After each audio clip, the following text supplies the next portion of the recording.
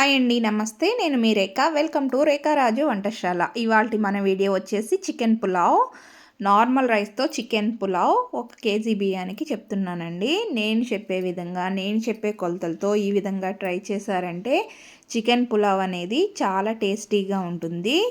చాలా సింపుల్గా, ఈజీగా చేసేసుకోవచ్చండి. ఎవరైనా సరే, వంటలు రాని వారు కానీ, బ్యాచిలర్స్ కానీ, కొత్తగా పెళ్ళైన వారు కానీ, మన ఇంటికి అతిథులు అప్పటికప్పుడు వచ్చినప్పుడు కానీ ఈ విధంగా ట్రై చేసేయండి, చాలా బాగుంటుంది. ముందుగా పులావ్లోకి నేను 2 ఉల్లిపాయలని, టమాటో, పచ్చిమిర్చి, కరివేపాకుని ఈ విధంగా పక్కన పెట్టుకున్నాను కట్ చేసి. ఇప్పుడు 1 కేజీ బియ్యానికి 1 కేజీ చికెన్ని తీసుకుంటున్నాను. ఈ చికెన్ అనేది బోన్ ఉన్న చికెన్నే తీసుకోండి, బోన్లెస్ చికెన్ అయితే బాగోదు. ఈ పులావ్లోకి బోన్ ఉన్న చికెన్ని తీసుకుని ఈ విధంగా కడిగి స్టవ్ ఆన్ చేసి ఈ గిన్నెని పెట్టుకొని ఇప్పుడు ఇందులో 1 స్పూన్ వరకు సాల్ట్ వేసుకోండి, 1/2 స్పూన్ కారం వేసుకోండి, 1 చిటికెడు పసుపు అండి. ఇలా వేసుకుని 2 స్పూన్ల వరకు ఆయిల్ వేసుకోండి. ఇలా వేసేసుకొని మొత్తం బాగా కలుపుకోండి. ఈ ముక్కలకు పట్టేటట్టుగా ఉప్పు కారం అనేది బాగా కలిసేటట్టుగా మొత్తం ఒకసారి కలిపేసుకుని మూత పెట్టి ఒక 5-10 నిమిషాలు ఉడకనివ్వండి. ఇలా మూత పెట్టి ఉడకడం వల్ల ఈ వాటర్ అనేది ఇందులోది బయటకు వస్తుంది. ఒక 10 నిమిషాలు ఉడికితే చూసారా, ఒక 10 నిమిషాల తర్వాత ఇలా చికెన్లోని వాటర్ అనేవి బయటకు వచ్చేస్తాయి. ఈ వాటర్ మొత్తం ఈ ముక్కకు బట్టి ఇంకిపోవాలి. మనకి ఈ ముక్క అనేది మొత్తం ఈ వాటర్ని అబ్జర్వ్ చేసేసుకుని మనకు బాగా ఇంకిపోవాలి. ఇలా ఒకసారి కలుపుకొని మళ్ళీ మూత పెట్టేసి ఇంకొక 5 నిమిషాలు ఉడకనిద్దాము. ఇలా ఇంకొక 5 నిమిషాల తర్వాత మూత తీసి చూద్దామండి. ఇదిగో చూసారా అండి, వాటర్ మొత్తం ఇంకిపోయాయి. ఇలా ఆయిల్ అనేది మనకి ఈ విధంగా బయటకు కనిపించాలి. ఈ విధంగా ఉడకాలి వాటర్ అనేది. ఇలా ఉడికిన తర్వాత ఇదే ఆయిల్లో ఒక 2 నిమిషాలు మళ్ళీ మూత పెట్టి ఈ ముక్కల్ని ఇలా ఉండనివ్వండి. ఎందుకంటే ఈ ముక్క అనేది కొంచెం ఫ్రై అవుతుంది. ఈ ఆయిల్ అంతా పీల్చుకుని ఈ ముక్క అనేది కొంచెం ఫ్రై అవుతుంది. ఇప్పుడు పక్కన పెట్టేసుకోండి. ఇప్పుడు పులావ్ కోసం ఒక పెద్ద గిన్నెని తీసుకోండి. ఇలా 1 కేజీ బియ్యానికి అన్నాను కాబట్టి పెద్ద గిన్నె తీసుకున్నాను. ఇలా గిన్నెని తీసుకొని కొంచెం ఆయిల్ పోసుకోండి. ఆయిల్ పోసుకున్న తర్వాత హోర్ గరం మసాలాని వేసేసుకోండి. మొత్తం మనకి స్పైసెస్ అన్నీ ఈ విధంగా వేసేసుకోండి. వేసుకున్న తర్వాత కట్ చేసి పక్కన పెట్టుకున్న ఒక 10 పచ్చిమిర్చిని, 2 రెబ్బల కరివేపాకును కూడా వేసుకొని వేగనివ్వండి.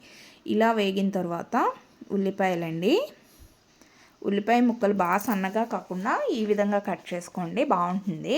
పులావ్లోకి మనకి ఉల్లిపాయ అనేది వస్తూ బాగుంటుంది. ఒక 2 నిమిషాలు ఈ ఉల్లిపాయని మగ్గనివ్వాలి. ఇలా మూత పెట్టేసి ఒక 2 నిమిషాలు మగ్గనివ్వండి. ఇలా మగ్గిన తర్వాత ఇప్పుడు ఇందులో ఒక 2 స్పూన్ల వరకు అల్లం వెల్లుల్లి పేస్ట్ అండి. అప్పటికప్పుడు అల్లం వెల్లుల్లి పేస్ట్ని దంచుకొని వేసుకుంటే బాగుంటుంది. ఫ్లేవర్ అనేది, స్మెల్ అనేది బాగుంటుంది. కాబట్టి ఇలా వేసేసుకొని వేగనివ్వండి. ఈ అల్లం వెల్లుల్లి పేస్టు ఇలా కింద అంటుకుంటే మనకి వేగిపోయినట్టేమాట. ఇప్పుడు ఇందులో మనం ముందుగా కట్ చేసి పక్కన పెట్టుకున్న ఈ 2 టమాటా ముక్కల్ని ఇలా చీల్చుకుని ఇందులో వేసేసుకోండి. ఇలా వేసేసుకుని ఒకసారి మళ్ళీ కలుపుకుని ఈ టమాటోని కూడా మగ్గనిద్దాము. ఒకసారి మూత పెట్టేసి మగ్గనివ్వండి. టమాటో అనేది మగ్గేలోపు మనం బియ్యాన్ని కడుక్కుందామండి. 1 కేజీ బియ్యం నార్మల్ రైస్ అని చెప్పాను కదా, ఇలా నార్మల్ రైస్ని తీసుకుని శుభ్రంగా కడిగి పక్కన పెట్టుకోండి. ఇప్పుడు టమాటో అనేది మగ్గిందో లేదో చూద్దాము. ఇలా టమాటో మగ్గిపోయింది మనకి. ఇలా మగ్గిన తర్వాత ఇప్పుడు మనం కడిగి పక్కన పెట్టుకున్న ఈ బియ్యాన్ని వాటర్ లేకుండా ఇందులో వేసేసుకోవాలి. ఇలా మొత్తం బియ్యాన్ని ఇందులో వేసేసుకోండి. ఇలా వేసేసుకుని ఒకసారి ఈ విధంగా బాగా కలిసేటట్టుగా కలుపుకోండి. ఈ విధంగా బాగా కలిసేటట్టుగా కలుపుకుని అలా వదిలేయండి. 2 నిమిషాలకు ఒకసారి కలుపుకుంటూ ఉండాలండి.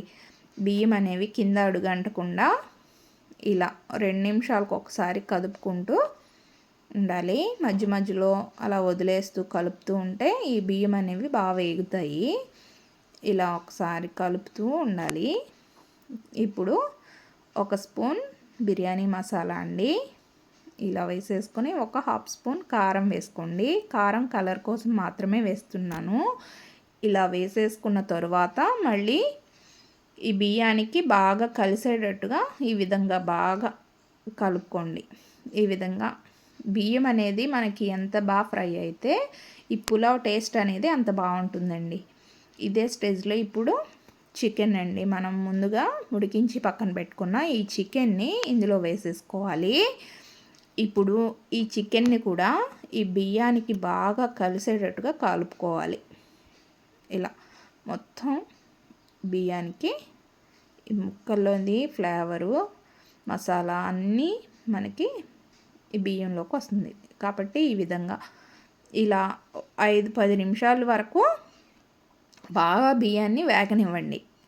ఈ స్టేజ్లో బాగా వేగితేనే మనకి మధ్య మధ్యలో కలుపుకుంటూ ఈ బియ్యం అనేది వేగనిస్తే పులావ్ టేస్ట్ బాగుంటుంది.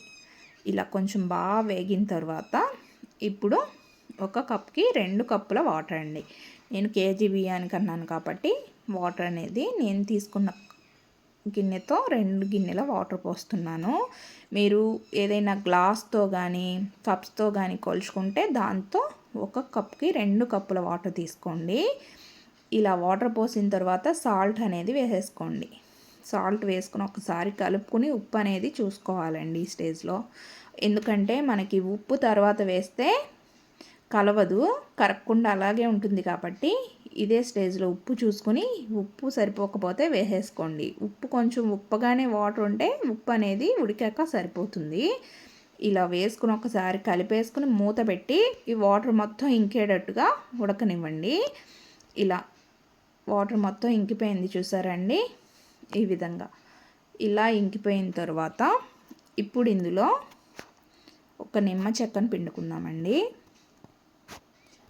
ఒక నిమ్మ చెక్కను తీసుకుని ఈ విధంగా పిండేసుకోండి.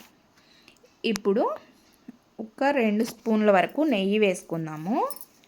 నెయ్యి ఇష్టం లేని వాళ్ళు మానేయండి, లేదంటే ఒక 2 స్పూన్ల వరకు నెయ్యి వేసుకోండి. ఎక్కువ కాకుండా ఫ్లేవర్ అనేది టేస్ట్ అనేది ఈ పులావ్కి బాగుంటుంది.